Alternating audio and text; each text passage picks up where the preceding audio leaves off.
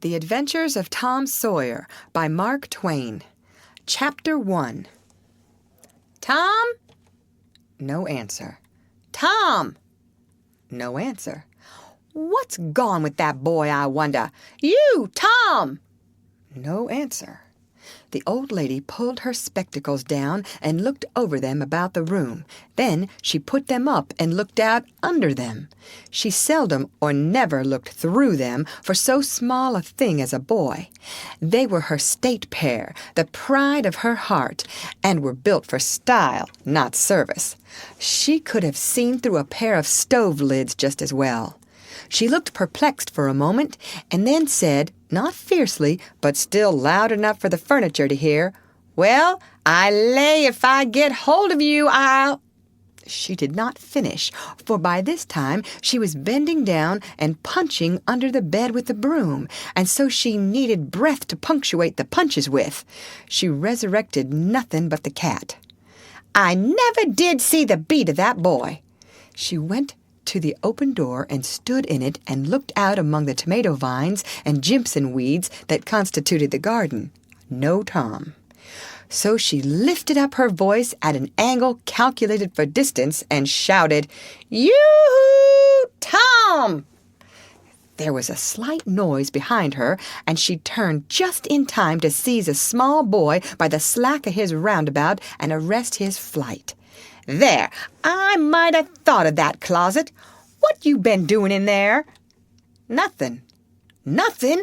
Look at your hands, and look at your mouth. What is that truck?" "I don't know, Aunt." "Well, I know. It's jam, that's what it is. 40 times I've said if you didn't let that jam alone, I'd skin you. Hand me that switch." The switch hovered in the air. The peril was desperate. "My, look behind you, Aunt!" The old lady whirled round and snatched her skirts out of danger. The lad fled on the instant, scrambled up the high board fence, and disappeared over it. His Aunt Polly stood surprised a moment, and then broke into a gentle laugh. "Hang the boy, can't I never learn anything? Ain't he played me tricks enough like that for me to be looking out for him by this time? But old fools is the biggest fools there is. Can't learn an old dog new tricks, as the saying is. But my goodness, he never plays them alike 2 days, and how is a body to know what's coming? He 'pears to know just how long he can torment me before I get my dander up, and he knows if he can make out to put me off for a minute or make me laugh, it's all down again, and I can't hit him a lick. I ain't doing my duty by that boy, and that's the Lord's truth, goodness knows. Spare the rod and spile the child, as the good book says. I'm a-laying up sin and suffering for us both, I know. He's full of the old scratch, but laws a me, he's my own dead sister's boy, poor thing, and I ain't got the heart to lash him somehow. Every time I let him off, my conscience does hurt me so, and every time I hit him, my old heart most breaks. Well, well, man that is born of woman is a few days and full of trouble, as the Scripture says, and I reckon it's so. He'll play hooky this evening, and I'll just be obleeged to make him work tomorrow to punish him. It's mighty hard to make him work Saturdays when all the boys is having holiday, but he hates work more than he hates anything else, and I've got to do some of my duty by him, or I'll be the ruination of the child. Tom did play hooky, and he had a very good time.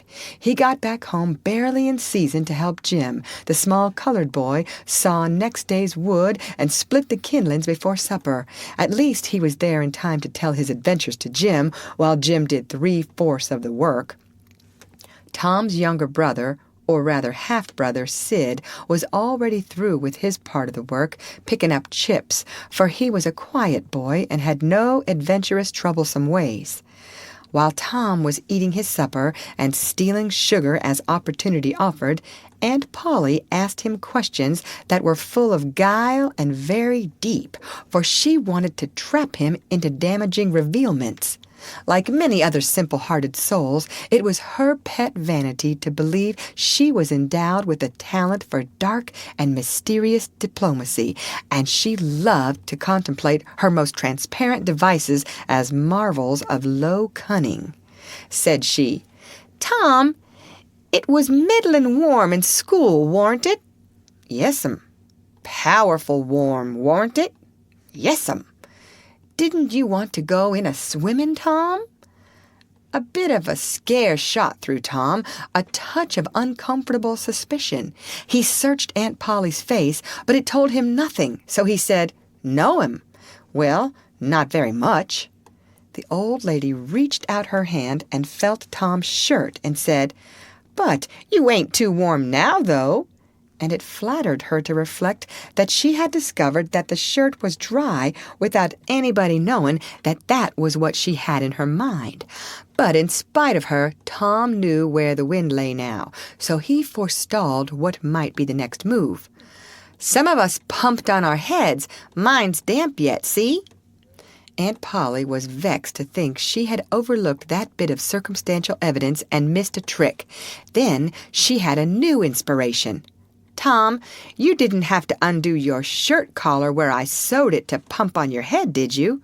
Unbutton your jacket." The trouble vanished out of Tom's face. He opened his jacket. His shirt collar was securely sewed. "Bother! Well, go 'long with you. I'd made sure you'd played hooky and been a swimmin'. But I forgive you, Tom. I reckon you're a kind of a singed cat, as the sayin' is. Better'n you look this time." She was half sorry her sagacity had miscarried, and half glad that Tom had stumbled into obedient conduct for once. But Sidney said, "Well, now, if I didn't think you sewed his collar with white thread, but it's black." "Why, I did sew it with white, Tom." But Tom did not wait for the rest. As he went out at the door, he said, "Siddy, I'll lick you for that." In a safe place, Tom examined 2 large needles, which were thrust into the lapels of his jacket, and had thread bound about them. One needle carried white thread, and the other black. He said, "She'd never notice if it hadn't been for Sid. Confound it! Sometimes she sews it with white, and sometimes she sews it with black. I wish to Jiminy she'd stick to one or t'other. I can't keep the run of 'em. But I bet you I lamb Sid for that. I'll learn him." He was not the model boy of the village. He knew the model boy very well, though, and loathed him. Within 2 minutes, or even less, he had forgotten all his troubles, not because his troubles were one whit less heavy and bitter to him than a man's are to a man, but because a new and powerful interest bore them down and drove them out of his mind for the time, just as men's misfortunes are forgotten in the excitement of new enterprises. This new interest was a valued novelty in whistling, which he had just acquired from a Negro, and he was suffering to practice it undisturbed. It consisted in a peculiar bird-like turn, a sort of liquid warble produced by touching the tongue to the roof of the mouth at short intervals in the midst of the music. The reader probably remembers how to do it if he has ever been a boy. Diligence and attention soon gave him the knack of it, and he strode down the street with his mouth full of harmony and his soul full of gratitude. He felt much as an astronomer feels who has discovered a new planet, no doubt. As far as strong, deep, unalloyed pleasure is concerned, the advantage was with the boy, not the astronomer. The summer evenings were long. It was not dark yet. Presently Tom checked his whistle. A stranger was before him, a boy a shade larger than himself. A newcomer of any age or either sex was an impressive curiosity in the poor little shabby village of St. Petersburg. This boy was well-dressed, too, well-dressed on a weekday. This was simply astounding. His cap was a dainty thing, his close-buttoned blue cloth roundabout was new and natty, and so were his pantaloons. He had shoes on, and it was only Friday. He even wore a necktie, a bright bit of ribbon. He had a citified air about him that ate into Tom's victuals. The more Tom stared at the splendid marvel, the higher he turned up his nose at his finery, and the shabbier and shabbier his own outfit seemed to him to grow. Neither boy spoke. If one moved, the other moved, but only sidewise in a circle. They kept face to face and eye to eye all the time. Finally, Tom said, "I can lick you." "I'd like to see you try it." "Well, I can do it." "No, you can't either." "Yes, I can." "No, you can't." "I can." "You can't." "Can." "Can't." An uncomfortable pause. Then Tom said, "What's your name?" "'Tisn't any of your business, maybe." "Well, I 'low I'll make it my business." "Well, why don't you?" "If you say much, I will." "Much, much, much. There now." "Oh, you think you're mighty smart, don't you? I could lick you with one hand tied behind me if I wanted to." "Well, why don't you do it? You say you can do it." "Well, I will if you fool with me." "Oh, yes, I've seen whole families in the same fix." "Smarty, you think you're some now, don't you?" "Oh, what a hat." "You can lump that hat if you don't like it. I dare you to knock it off, and anybody that'll take a dare will suck eggs." "You're a liar." "You're another." "You're a fighting liar and doesn't take it up." "Aw, take a walk." "Say, if you give me much more of your sass, I'll take and bounce a rock off on your head." "Oh, of course you will." "Well, I will." "Well, why don't you do it then? What do you keep saying you will for?" "Why don't you do it?" "It's because you're afraid." "I ain't afraid." "You are." "I ain't." "You are." Another pause, and more eyeing and sidling around each other. Presently they were shoulder to shoulder. Tom said, "Get away from here." "Go away yourself." "I won't." "I won't either." So they stood, each with a foot placed at an angle as a brace, and both shoving with might and main, and glowering at each other with hate. But neither could get an advantage. After struggling till both were hot and flushed, each relaxed his strain with watchful caution, and Tom said, "You're a coward and a pup. I'll tell my big brother on you, and he can thrash you with his little finger, and I'll make him do it, too." "What do I care for your big brother? I've got a brother that's bigger than he is, and what's more, he can throw him over that fence, too." "That's a lie." "Your saying so don't make it so." Tom drew a line in the dust with his big toe and said, "I dare you to step over that, and I'll lick you till you can't stand up. Anybody that'll take a dare will steal sheep."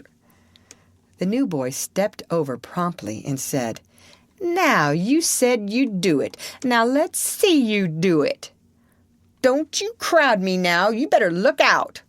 "Well, you said you'd do it. Why don't you do it?" "By jingo, for 2 cents I will do it." The new boy took 2 broad coppers out of his pocket and held them out with derision. Tom struck them to the ground. In an instant, both boys were rolling and tumbling in the dirt, gripped together like cats, and for the space of a minute they tugged and tore at each other's hair and clothes, punched and scratched each other's nose, and covered themselves with dust and glory. Presently the confusion took form, and through the fog of battle Tom appeared, seated astride the new boy, and pounding him with his fists. "Holler 'nuff!" said he. The boy only struggled to free himself. He was crying, mainly from rage. "Holler 'nuff!" And the pounding went on. At last the stranger got out a smothered "'Nuff!" and Tom let him up and said, "Now that'll learn you. Better look out who you're fooling with next time." The new boy went off brushing the dust from his clothes, sobbing, snuffling, and occasionally looking back and shaking his head and threatening what he would do to Tom the next time he caught him out. To which Tom responded with jeers and started off in high feather, and as soon as his back was turned, the new boy snatched up a stone, threw it, and hit him between the shoulders, and then turned tail and ran like an antelope. Tom chased the traitor home and thus found out where he lived. He then held a position at the gate for some time, daring the enemy to come outside, but the enemy only made faces at him through the window and declined. At last, the enemy's mother appeared and called Tom a bad, vicious, vulgar child and ordered him away. So he went away, but he said he 'lowed to lay for that boy. He got home pretty late that night, and when he climbed cautiously in at the window, he uncovered an ambuscade in the person of his aunt, and when she saw the state his clothes were in, her resolution to turn his Saturday holiday into captivity at hard labor became adamantine in its firmness.